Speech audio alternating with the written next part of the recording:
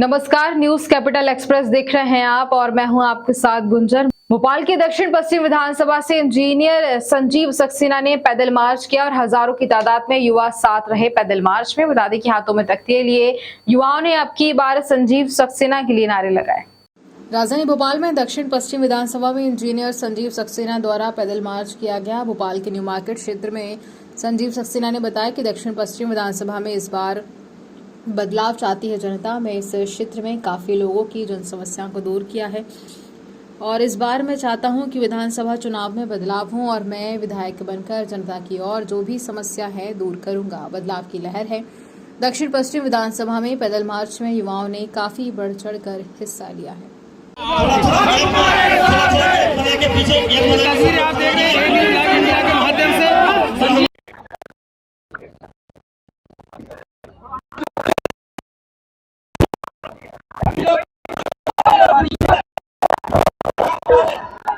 जज्बे से, जुनून से हमने तूफानों में लड़के मंजिल पे पाना सीखा है। हम हाथ जोड़ना नहीं जानते। मेरा निवेदन है, हम गरीबों के हाथ जोड़ सकते हैं, जनता के जोड़ सकते हैं, मुद्दों के लिए घुटनों पे आ सकते हैं, पर अपने स्वार्थ के लिए नहीं आ सकते। हम सेवा की राजनीति कर रहे हैं। सेवा माध्यम है, सेवा की राजनीति करना चाहते हैं। इसलिए बूथ कमेटी के ये उनके द्वारा पैदल मार्च निकाला जा रहा है, वो अपनी भावना प्रदर्शित कर रहे हैं। और हम कुछ मुद्दे हैं जो हमें पीड़ा है, युवाओं को पीड़ा है, हमारे बुजुर्गों के लिए, हमारी नई जनरेशन के लिए, तो वो मुद्दे हम उन मुद्दों के साथ जनमानस में जा रहे हैं। हमारे किसी से बैर नहीं है, लेकिन कुछ ऐसे सामाजिक मुद्दे हैं जो होना चाहिए। जैसे आज मैं सालों से संघर्ष कर रहा हूँ कि कोई माता पिता इतनी मेहनत से अपने बेटे को पढ़ाते लिखाते हैं, लेकिन परिवार में रहकर उसको रोजगार नहीं मिलता। हमें क्षेत्रीय रोजगार चाहिए ताकि माता पिता की सेवा कर सकें, जिन्होंने पूरा जीवन बच्चों के लिए दिया है। आज बेंगलोर जा रहा है, पूना क्षेत्रफल में भोपाल से छोटा है, नागपुर भोपाल से छोटा है, पर 4000 से ऊपर कंपनी पूना में है, MNCs है। नागपुर में हजारों से ऊपर कंपनी, वहाँ नौकरी मिलती है, यहाँ नहीं मिलती। तो ये हमारा मुद्दा है। मिडिल क्लास को भी बहुत सारी लाभ की योजनाओं में शामिल होना चाहिए। बिजली का बिल अनाप शनाप दे रहे हो, कहाँ से जनता भरेगी?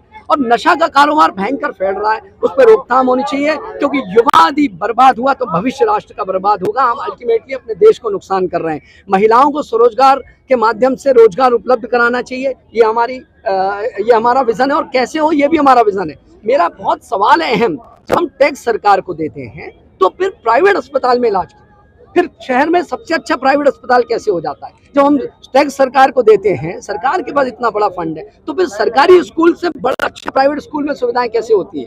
तो ये बात अपनी पहुंचे, आवाज गूंजे, ताकि जो है कोई जागरूकता से काम कर सके प्रतिनिधि। और दूसरी चीज, अभी मैं देखता हूं कि जो प्रतिनिधि हैं उनकी हालत ये है कि वो मेंटेनेंस इंजीनियर की तरह काम करते हैं कि रोड के पैच भर दिए, रोड बना दी, नाली बना दी, लाइट लगा दी, मंदिर में पुताई करा दी, गेट बना दिया। ये मेंटेनेंस का काम नहीं है आपका, ये तो सरकार करेगी, विभाग है इसके लिए। आप योजनाएं बताओ, विजन बताओ, क्या नया खड़ा किया आपने, कितने युवाओं को स्टार्टअप के लिए प्रोत्साहित किया, कितने सेमिनार्स कराए, इंटरनेशनल सेमिनार कितने। अरे आपको जरूरी नहीं है पद, आप कनेक्ट करके भी कर सकते हैं। आपने कितनी नशे के खिलाफ लड़ाई लड़ी, कितने युवाओं को, आज एक नशे में युवा जाता है और सूखा नशा फैल रहा है, 10 रुपए 15 रुपए में पुड़िया मिल रही। आज उसको नशे से बाहर लाने के लिए पेरेंट्स कर्जे में डूब जाएंगे, बाहर ले जाना पड़ेगा, इनको सेंटर्स में डालना पड़ेगा। ये सारी हमारी पीड़ाएं हैं, इसके लिए हमने इश्यूज को रेज किया है।